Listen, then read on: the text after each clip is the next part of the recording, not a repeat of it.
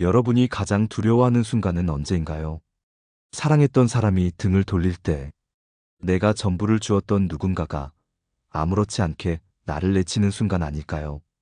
배신이라는 건 늘 가까운 사람에게서만 찾아옵니다. 멀쩡하게 잘 지내던 관계가 어느 날 아무 말도 없이 무너지고 나서야 우리는 묻습니다.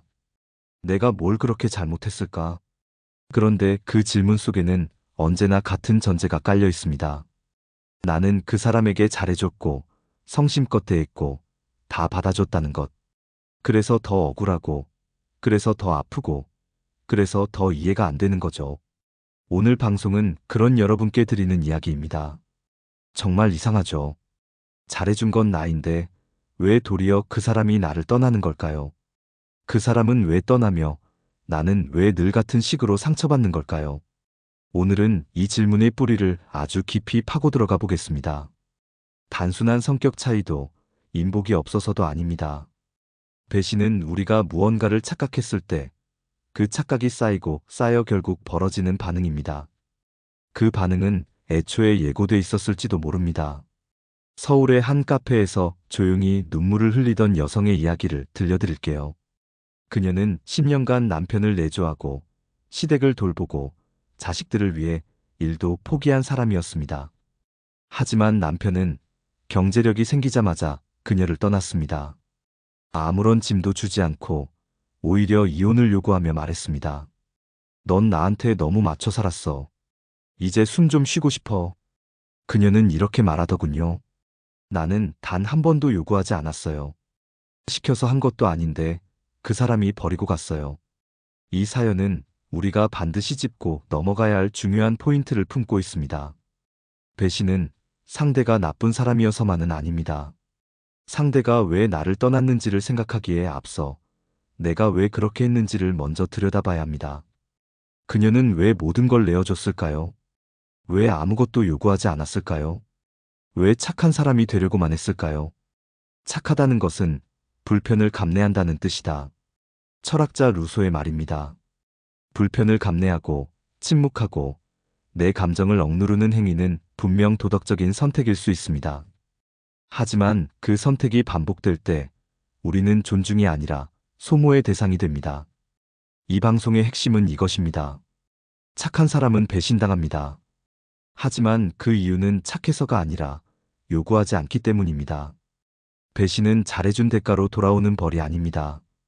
요구하지 않고도 괜찮다고 착각한 관계의 파열음일 뿐입니다.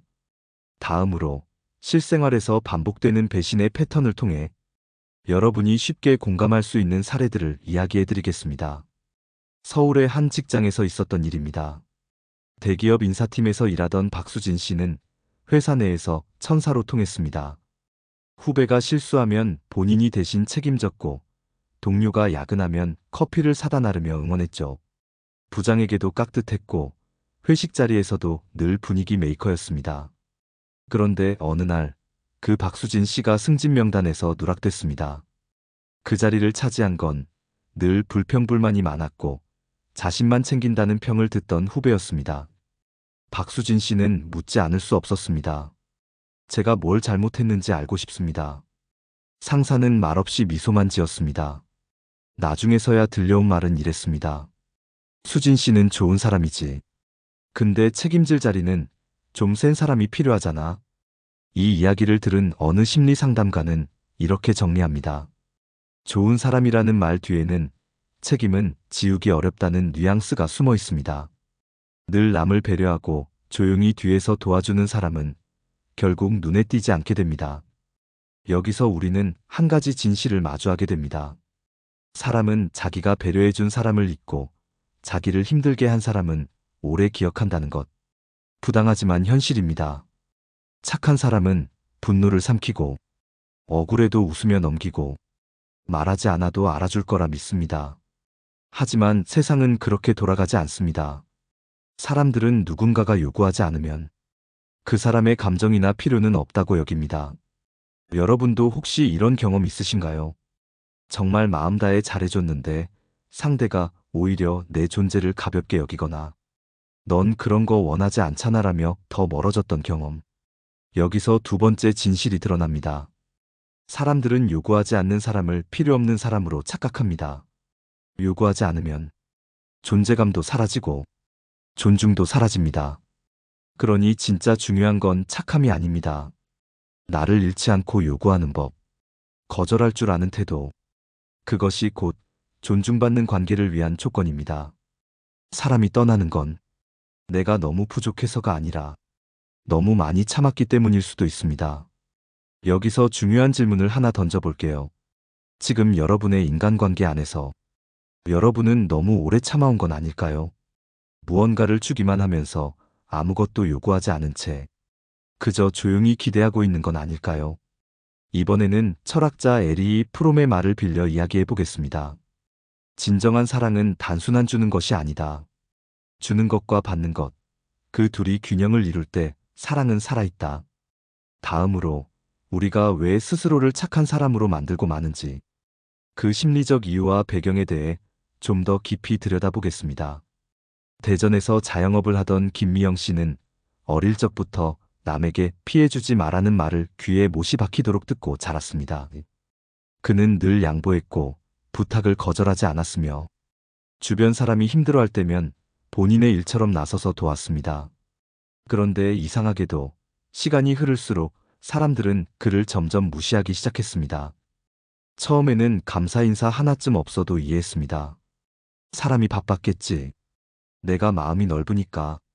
하지만 반복되다 보니 이런 생각이 들기 시작했습니다. 나는 왜 당연한 사람이 되었을까? 왜 나만 항상 끝까지 남고 끝까지 허무해야 하지? 이런 고백을 한 뒤 김미영 씨는 처음으로 상담실을 찾았습니다. 상담가는 조용히 한 문장을 던졌습니다. 착한 사람은 자기가 무시당하는 것도 잘 참습니다. 그 말은 김미영 씨의 마음을 아프게 찔렀습니다. 착한 사람이 배신당하는 이유. 그것은 착해서가 아니라 자기 감정을 소중히 여기지 않기 때문에입니다. 여기서 우리는 아주 깊은 심리적 함정을 마주합니다. 착하게 살면 언젠가 좋은 일이 생기겠지. 이 믿음은 어쩌면 우리가 불안을 견디기 위해 만든 위로였는지도 모릅니다. 현실에서는 그 믿음이 가장 먼저 배신을 합니다. 왜냐하면 착한 사람은 대부분 갈등을 피하려고 하고 사람들 사이에서 조용히 안정을 유지하려고 합니다. 하지만 역설적으로 그 조용함은 의견 없음, 존재감 없음으로 읽히고 결국 저 사람은 그냥 다 받아주는 사람이 되어버립니다. 심리학에서는 이것을 자기소거 현상이라 합니다. 자기 자신을 지워가며 타인을 우선시하는 심리 상태. 겉보기엔 좋은 사람 같지만 사실은 내면의 깊은 외로움과 억울함이 쌓여갑니다. 그리고 이 억울함은 언젠가 갑작스런 분노나 모든 인간관계를 끊어버리고 싶은 충동으로 이어지곤 합니다. 한없이 참다가 폭발하는 사람들. 그들의 공통점은 대부분 좋은 사람이 되려고 애썼다는 것입니다. 여러분도 혹시 이런 생각을 해본 적 있나요? 나는 왜 항상 조용히 사라지는 사람이 되는 걸까? 도와주고 나면 늘 나만 남는 느낌이 드는 건 왜일까? 이 질문에 대답해 줄 수 있는 명언이 하나 있습니다. 정신분석학의 아버지라 불리는 지그문트 프로이트는 이렇게 말했습니다. 억압된 감정은 사라지지 않는다. 그것은 시간이 지나 다른 모습으로 나타날 뿐이다. 억눌렀던 내 감정, 내 요구, 내 상처는 결국 언젠가 다른 방식으로 터지고 맙니다. 착한 사람이 배신당하지 않기 위해서 우리는 착함이라는 옷 뒤에 숨은 자기소거의 위험을 먼저 자각해야 합니다. 이번에는 그럼에도 불구하고 착한 사람의 내면을 지키며 건강하게 관계를 맺는 방법에 대해 함께 이야기해 보겠습니다. 착한 사람이 가장 자주 겪는 고통은 자신의 선의가 상대에게 왜곡되는 순간입니다. 도와줬는데 고맙다는 말도 없이 뒷말을 한다. 양보했는데 당연하게 여기고 더 요구한다. 이때 우리는 말하죠. 도대체 어디서부터 잘못된 걸까? 결론부터 말하자면 착한 사람에게 필요한 것은 배려보다 경계입니다. 사람은 누구나 편한 사람에게 기대려는 속성을 갖고 있습니다.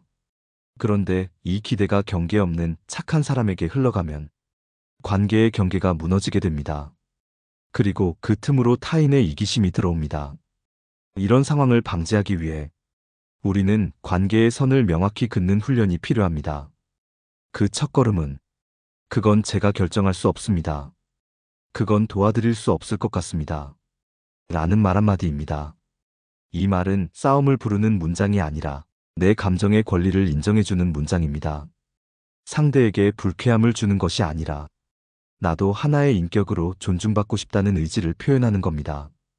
이것은 철학자 임마누엘 칸트가 말한 타인을 수단으로 대하지 말고 목적 그 자체로 대하라는 원칙과 맞닿아 있습니다. 내가 나 자신을 먼저 목적으로 대할 때 타인도 나를 함부로 대하지 않게 됩니다. 여기서 한 가지 실천적 예시를 들어볼까요? 서울에 사는 이서연 씨는 직장에서 늘 예라고 대답하며 일했습니다. 상사의 부탁, 동료의 부탁, 심지어 퇴근 후까지도 메시지를 받아 일했죠. 그러던 어느 날 지인의 조언으로 단 2마디만 바꾸기로 결심했습니다. 첫 번째, 죄송하지만 오늘은 어려울 것 같습니다. 두 번째, 내일 다시 확인해서 알려드릴게요. 처음엔 어색하고 불편했습니다. 하지만 놀랍게도 상대방의 반응은 예상과 달랐습니다. 아, 그래요. 그럼 내일 얘기해요. 그럼 이건 다른 사람이 도와줄게요. 이서연 씨는 이 경험을 통해 거절한다고 무너지는 관계는 원래 건강하지 않은 관계였다는 걸 알았다고 말했습니다. 착함은 관계의 미덕이지만 경계 없는 착함은 자신을 갉아먹는 칼날이 됩니다. 여러분, 지금 여러분의 인간관계를 떠올려 보세요. 그 사람에게 거절 한번 해보지 못하고 불편한 말을 꺼내지 못한 채 묵묵히 참고 있는 관계가 있다면 그 관계는 진짜 친밀함이 아닙니다. 진짜 친밀한 관계는 불편한 감정을 나눌 수 있는 사이에서 비롯됩니다. 거절하고도 웃을 수 있는 사이, 불편한 감정도 받아줄 수 있는 사이. 이제 착한 사람이 존중받기 위해 어떻게 마음의 중심을 세워야 하는지 그 깊은 방법을 더 알아보겠습니다. 이번에는 서정적이면서도 깊은 감정을 일으키는 사례를 통해 살펴보겠습니다. 서울의 한적한 골목, 이른 아침마다 매일같이 노란 국화를 들고 남편의 산소를 찾아가는 한 여인이 있습니다. 그녀의 이름은 윤정아. 평생 남편과 자식들만 바라보고 살아온 사람입니다. 그녀는 늘 말했습니다. 나는 좋은 아내였고 좋은 엄마였어. 하지만 누구도 나에게 좋은 사람이었던 적은 없었어. 결혼 생활 내내 남편은 가부장적이었고 아이들은 그녀의 희생을 당연하게 여겼습니다. 아무도 그녀에게 당신은 괜찮냐고 묻지 않았습니다. 그저 참고 배려하고 양보하는 것이 그녀의 역할이라 믿어왔던 겁니다. 하지만 정아 씨가 70을 넘긴 어느 겨울 눈 덮인 산소 앞에서 조용히 입을 열었습니다. 나는 이제 착한 사람 그만둘래요. 남은 삶은 나를 위해 살 거야. 이 짧은 한마디가 그녀의 인생을 바꿔놓았습니다. 그날 이후 정아 씨는 그림을 배우기 시작했고 평생 미뤄온 여행도 떠났습니다. 그리고 처음으로 자신에게 고맙다는 말을 해주었습니다. 착한 사람은 대개 이렇게 생각합니다. 나 하나 참고 넘어가면 되지. 좋게 좋게 말하면 언젠가는 알아주겠지. 하지만 현실은 그 반대입니다. 참는 사람은 당연한 사람이 됩니다. 침묵하는 사람은 의견 없는 사람으로 간주됩니다. 그래서 착한 사람이 존중받으려면 자신의 감정과 욕구를 스스로 인정해주는 일이 반드시 필요합니다. 착함은 미덕이지만 자기 희생을 통해서가 아니라 자기 보존 속에서 피어날 때 비로소 그 가치는 빛을 발합니다. 심리학자 윤석준 박사는 말합니다. 착한 사람은 남의 감정을 먼저 읽고 자기 감정을 나중에 처리하는 경향이 강합니다. 이로 인해 자기 감정은 억압되고 억눌린 감정은 언젠가 폭발하거나 우울로 바뀝니다. 그래서 그는 다음의 3가지 질문을 스스로에게 매일 던져보라고 권합니다. 첫째, 오늘 나는 진심으로 웃었는가? 둘째, 오늘 나는 내 입으로 싫다고 말했는가? 셋째, 오늘 나는 나에게 충분히 친절했는가? 여러분은 오늘 여러분 자신에게 친절했습니까? 내가 원하는 것을 말하고 내가 싫은 것을 거절하며 내 마음에 귀 기울이는 삶을 살고 있습니까? 이 질문 앞에 잠시 멈춰 가슴속 진짜 소리를 들어보세요. 그 소리가 여러분을 존중의 자리로 이끌 것입니다. 이번에는 마지막 파트로 넘어가 착한 사람이 삶의 중심을 지키면서 관계에서 당당해지는 구체적인 전략들을 함께 살펴보겠습니다. 착한 사람이 상처받지 않고 당당하게 살아가기 위해선 세 가지 방향이 필요합니다. 바로 경계, 표현, 거리입니다. 첫 번째, 경계를 분명히 해야 합니다. 착한 사람은 종종 자신의 시간, 감정, 에너지를 무제한으로 나눠줍니다. 하지만 이것은 선이 아닙니다. 그저 허용일 뿐입니다. 그리고 그런 허용은 어느 순간 당연시되며 존중을 앗아갑니다. 여러분, 나는 여기까지는 도와줄 수 있어요. 이 한마디는 상대에게는 경계이고 나에게는 존엄입니다. 내가 먼저 선을 긋지 않으면 상대는 결코 그 선을 지켜주지 않습니다. 두 번째, 감정을 표현해야 합니다. 착한 사람은 대체로 감정을 삼킵니다. 화가 나도 미소 짓고 슬퍼도 아무렇지 않은 척합니다. 하지만 진짜 관계는 솔직함 위에 세워집니다. 여러분이 그 말은 조금 속상했어요. 그 부탁은 지금은 어려울 것 같아요. 라고 담담하게 말하는 것. 이것은 관계를 망치는 일이 아니라 건강하게 지켜내는 일입니다. 세 번째는 거리입니다. 모든 사람과 가까이 지낼 필요는 없습니다. 착한 사람일수록 누군가에게 싫은 소리 듣는 걸 두려워합니다. 그래서 불편한 사람과도 계속 연락하고 기분 상한 뒤에도 만나기를 반복합니다. 하지만 인간관계는 밥처럼 먹는 게 아닙니다. 쓰고 독한 것은 거리를 둬야 합니다. 좋은 사람은 모든 사람에게 맞추는 사람이 아닙니다. 자기 자신과 잘 지내는 사람입니다.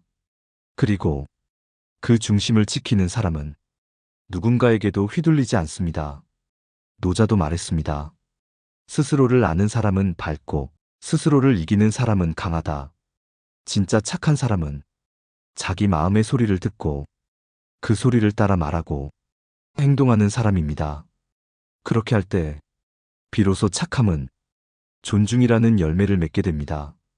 여러분, 오늘 이야기에서 기억할 단 하나는 이것입니다. 착하게만 살면 착하게만 대접받을 거라는 착각에서 이젠 벗어나야 한다는 것. 여러분의 착함은 소중합니다. 하지만 그 착함을 여러분 자신부터 아껴줘야 그 가치를 지킬 수 있습니다. 이 방송이 여러분의 마음 어딘가에 잔잔한 울림이 되었기를 바랍니다. 오늘 이야기가 여러분의 삶과 닿았다면 댓글로 여러분의 생각을 나눠주세요. 그리고 좋아요와 구독, 여러분의 공감은 이 채널이 계속될 수 있는 작은 불빛이 됩니다. 여러분은 존중받아 마땅한 사람입니다. 그것을 잊지 마시고 오늘 하루도 따뜻하게 살아가시길 바랍니다. 다음 방송에서 다시 뵙겠습니다. 감사합니다. 내 삶을 바꾸는 지혜였습니다.